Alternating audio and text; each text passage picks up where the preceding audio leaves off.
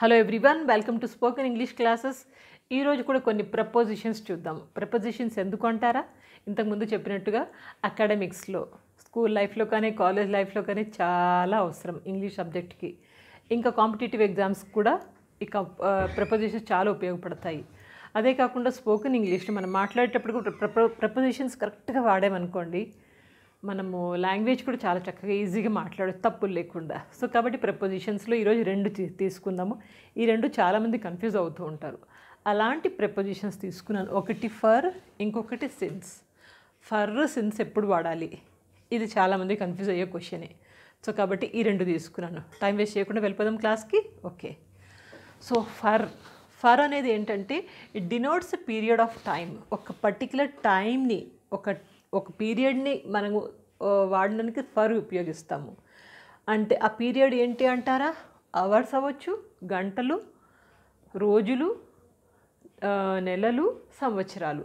ఇలా ఏదన్నా ఒక పర్టికులర్ పీరియడ్కి మనము ఫర్ అని యూజ్ చేస్తాం. ఇది ఒకటి.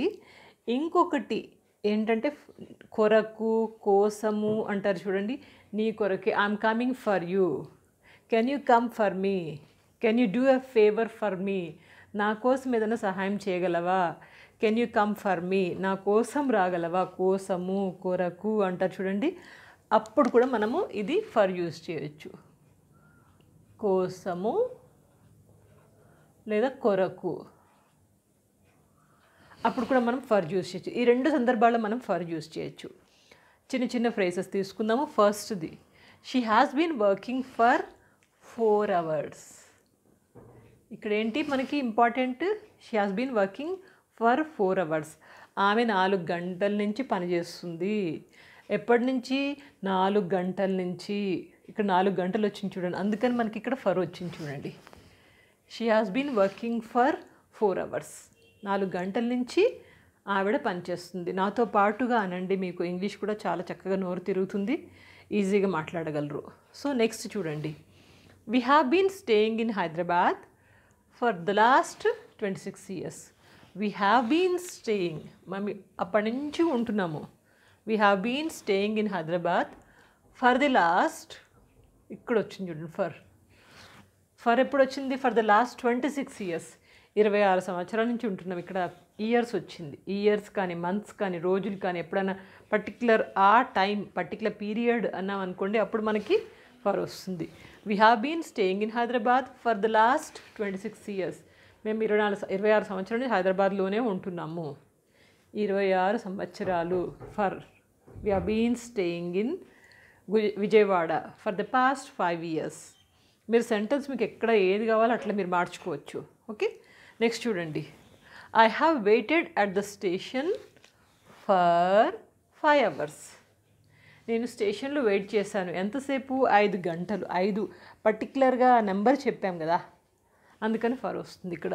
I have waited at the station for 5 hours. I have waited at bus stand, I have waited at airport for 2 hours. Though the bus did not come, though the aeroplane was a little bit late. అట్లా మన సందర్భాన్ని బట్టి మనం వాడుకోవచ్చు. Okay, ఇంకా చూడండి, he has paid 10,000 rupees price for this product.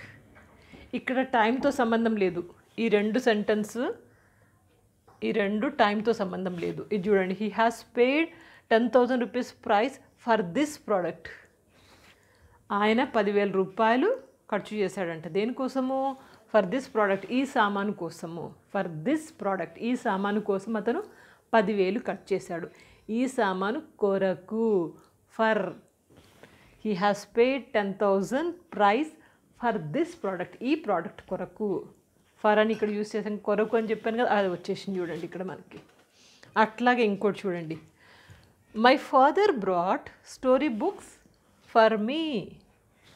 మా నాన్నగారు కథల పుస్తకాలు తీసుకొచ్చారు. ఎవరి కోసం? నా కోసము, నా కోసము, నా కొరకు. అందుకని ఫర్ వచ్చింది. My father brought story books for me, నా కోసం తీసుకొచ్చారు. ఇక్కడ ఫర్ వస్తుంది. What purpose you are waiting, for what purpose you are waiting, for what purpose you are waiting అన్న మనకు సెంటెన్స్ ఇక్కడ ఫర్ స్టార్ట్ అవుతుంది. ఇంకో సెంటెన్స్ చెప్తున్నాను మీకు. For what purpose you are waiting, దేనికోసం నువ్వు వెయిట్ చేస్తున్నావు? So can you do a favour for me? నాకు చిన్న సహాయం చేయగలవా? నా కొరకు ఒక చిన్న సహాయం చేయగలవా? So can you work out this problem for me? ఈ సమస్యను నా కోసం మీరు వర్కౌట్ చేసి చూపించగలరా? ఇక్కడ ఫర్ అన్ని చోట్ల వస్తుంది, అక్కడ ఇది సంబంధం లేదు. అక్కడ కొరకు, కోసము అది వస్తుంది. అట్లా ఈ రెండు సందర్భాల్లో మనం ఫర్ని వాడచ్చు. క్లియరే కదా? నెక్స్ట్ ప్రపోజిషన్ సిన్స్కి వెళ్ళిపోదాం. సిన్స్ ఎప్పుడు వాడతామంటే it denotes point of time, particular time నుంచి, ఇంతకాలం నుంచి, ఇంత నుంచి ఒక పర్టికులర్గా చెప్పాలన్నమాట. 5 గంటల నుంచి అన్నాం అనుకోండి, ఇక్కడ 5 గంటలు అన్నాము, ఇక్కడ 5 గంటలు వెనక్కి వేసుకోవాలి. ఇప్పుడు సపోజ్ 5 గంటలు అయింది, 5 గంటలు వెనక్కి వేసుకుంటే ఏమవుతుంది? 4, 3, 2, 1 అండ్ 12 గంటల నుంచి అని చెప్పాలి. ఫర్ ద పాస్ట్ 5 అవర్స్ అన్నాం అనుకోండి, అప్పుడు ఫర్ అవుతుంది. అదే ఇక్కడ పర్టికులర్ టైం నుంచి అంటే అప్పుడు మనకి సిన్స్. ఎప్పటి నుంచి? For the past 5 hours, for the past 2 days, ఏదన్నా సిన్స్ వెనస్డే, సిన్స్ మండే, అట్లా పర్టికులర్గా ఏదన్నా ఆ పాయింట్ ఆఫ్ టైం, దానికి మనము సిన్స్ యూజ్ చేస్తాము. కన్ఫ్యూజన్ ఎప్పుడు దూరం అయిపోతుంది? ఎగ్జాంపుల్స్ చూస్తే. ఎగ్జాంపుల్స్కి వెళ్ళిపోదాము. She has been working since 10 AM. She has been working since, ఎప్పటి నుంచి? 10 AM నుంచి. 10 గంటల పొద్దున 10 గంటల నుంచి పనిచేస్తుంది తను. అప్పుడు మనం అంటున్నాము she has been working since 10 AM. 10 గంటల నుంచి తను పని చేస్తూ ఉంది. సిన్స్ 2 అవర్స్ అన్నాం అనుకోండి, అప్పుడు సిన్స్ రాదా, అప్పుడే ఫర్ వస్తుంది. For the 2 hours. ఇక్కడ టైం చెప్పాం, పర్టికులర్ టైం చెప్పామంటేనే సిన్స్ రావాలి, కాబట్టి మనకు సిన్స్ వచ్చింది. She has been working since 10 AM. ఇంకా చూడండి, I have been working as a lecturer since 1993. నేను ఎప్పటి నుంచి లెక్చరర్గా జాబ్ చేస్తున్నాను? సిన్స్ 1993. ఇక్కడ ఇయర్ పర్టికులర్గా చెప్పాం మనం, అందుకని సిన్స్ 1993. సపోజ్ నేను సిన్స్ వాడకుండా ఫర్ వాడాలనుకోండి, అప్పుడు ఏం చెప్తానో తెలుసా? I have been working as a lecturer for the past 27 years. For the past 27 years, 27 సంవత్సరాలు నేను లెక్చరర్గా జాబ్ చేస్తున్నాను. ఇక్కడ ఏంటి, ఎక్కడి నుంచి, ఏ సంవత్సరం నుంచి జాబ్ చేస్తున్నావు అని చెప్పనీకి ఇక్కడ సిన్స్ 1993. క్యాలిక్యులేషన్ కరెక్ట్గా ఉంటుంది అప్పుడు మనకి. సో సిన్స్ 1993 మీరు ఇది యూజ్ చేయొచ్చు. చాలామంది మీరు జాబ్ చేస్తున్నప్పుడు I have been working as a stenographer, I been working as a police officer, I been working as a software engineer. Since ఎప్పటి నుంచి, ఏ ఇయర్ నుంచి, అది అక్కడ పెట్టుకోండి. ఇయర్ చెప్పదలుచుకోలేదనుకోండి, I have been working for the past 10 years, 5 years, for the past అంటే అక్కడ సిన్స్ రాదు. సిన్స్ ఎప్పుడు వస్తుంది? మీరు ఇయర్ చెప్తేనే సిన్స్ వస్తుంది. క్లియర్ కదా? Next, since it rained heavily so I could not go to the college. ఇక్కడ చూడండి, ఇది సిన్స్ అంటే అందుకని, వర్షం పడింది అందుకని నేను కాలేజ్కి వెళ్ళలేదు. ఇక్కడ ఇయర్ లేదు మనకి. ఇక్కడ చూడండి, since it reigned. Since it reigned అంటే వర్షం పడింది కాబట్టి, ఒకటి పాయింట్ ఆఫ్ టైంకి వస్తుంది. మామూలు అందువలన అని తీసుకోవచ్చు. So since it rained heavily, చాలా వర్షం పడింది కాబట్టి, so I could not go to the college, నేను కాలేజ్కి వెళ్ళలేకపోయాను.